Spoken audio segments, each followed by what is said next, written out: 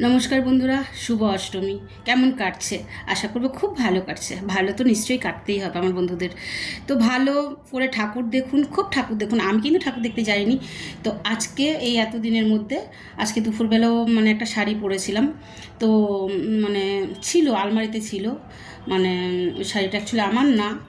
তো যাই হোক, কারোর একটা শাড়ি আমার আলমারিতে ছিল, এটা আমি পরেছি আজকে। তো সেই শাড়িটাও আমার দিদি গিফট করেছিল আর কি। যাকে গিফট করেছিল সে নিয়ে যায়নি। তো ওই শাড়িটা ভালো লাগলো, আনছি যে পরি। আমার এমনি অ্যালার্জি কেনাকাটাই। আমার বোন যতটুকু কিনে দেয় আমাকে সেটুকুই আমি পরি। আমি কেনাকাটা করতেও যাই না, মার্কেটিং করাও আমি পছন্দ করি না ভিড়ভাট্টার মধ্যে।